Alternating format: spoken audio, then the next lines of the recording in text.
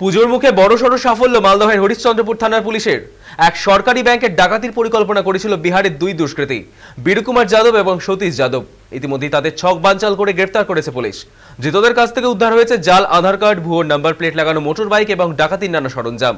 Police সূত্রে খবর, অভিযুক্তদের মধ্যে আরও 3 জন পলাতক। জানা গিয়েছে ধৃতরা অন্তর্রাজ্য অপরাধ চক্রে সক্রিয় সদস্য। অপরদিকে পুলিশ চেষ্টা চালাচ্ছে পলাতক দুষ্কৃতীদের খুঁজে বের করার। আমাদের সঙ্গে টেলিফোন লাইনে রয়েছে আমাদের প্রতিনিধি সৌম্যজ্যোতি। সৌম্যজ্যোতি, ঠিক কি আপডেট উঠে আসছে পুলিশের তরফে? এখনো পর্যন্ত কি জানা যাচ্ছে?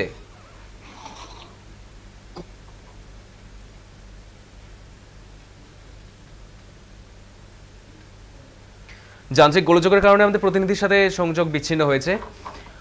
যেমনটা জানা যাচ্ছিল, পুলিশ এখনো পলাতক দুষ্কৃতীদের খুঁজে বের করার চেষ্টা করছে। ঘটনায় আপাতত এলাকায় স্বস্তির হাওয়া, পুলিশ তদন্ত চালাচ্ছে। আমাদের সঙ্গে রয়েছে টেলিফোন লাইনে আমাদের প্রতিনিধি সৌম্যজ্যোতি মণ্ডল। সৌম্যজ্যোতি, কি জানা যাচ্ছে পুলিশের তরফে এখনো পর্যন্ত, কি আপডেট উঠে আসছে? দেখো সৈকত, তোমাকে জানিয়ে রাখি যে এই যে হরিশ্চন্দ্রপুর বাংলা বিহার সীমান্তবর্তী এই এলাকায় এর আগে একাধিকবার দেখা গেছে বিভিন্ন অপরাধে বিহার যোগ। এই ক্ষেত্রেও তাই। তবে এবার অপরাধ সংগঠিত হওয়ার আগেই পুলিশের তৎপরতায় বড় সড় ডাকাতির ছক বানচাল। হরিশ্চন্দ্রপুর সদর এলাকায় একটি রাষ্ট্রায়ত্ত ব্যাংক, সেই রাষ্ট্রায়ত্ত ব্যাংকে বিহারের 5 দুষ্কৃতী তারা জড়ো হয়েছিল ডাকাতির জন্য। মূলত তারা এসেছিল রেকি করার উদ্দেশ্যে। হরিশ্চন্দ্রপুর থানার বিশেষ অপরাধ দমন বাহিনী, যারা এলাকার নিরাপত্তা সুনিশ্চিত করতে এলাকায় টহল দেয়, প্রতিদিনের মতোই টহল দিচ্ছিল।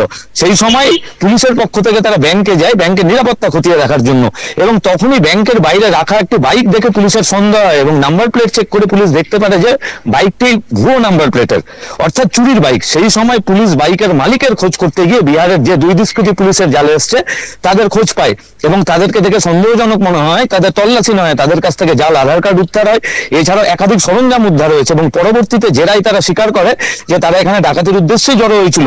যদিও বাকি যে 3 জন দুষ্কৃতী তাদের নাগালে পায়নি পুলিশ, তারা পলাতক। সমগ্র ঘটনার পুলিশ তদন্ত শুরু করেছে এবং যেটা জানা গেছে, এই যে 2 দুষ্কৃতী বিহারের, তারা আন্তঃরাজ্য একাধিক অপরাধে জড়িত, তাদের পাস ক্রিমিনাল রেকর্ড রয়েছে এবং এইভাবেই তারা জাল আধার কার্ড ব্যবহার করে বিভিন্ন সময় নিজেদের আত্মগোপন করে। অনেক ধন্যবাদ সৌম্যজ্যোতি। যেমনটা জানা যাচ্ছে, পলাতক দুষ্কৃতীদের খুঁজে বের করতে চেষ্টা চালাচ্ছে পুলিশ। ঘটনার পর থেকে আপাতত এলাকায় স্বস্তির হাওয়া।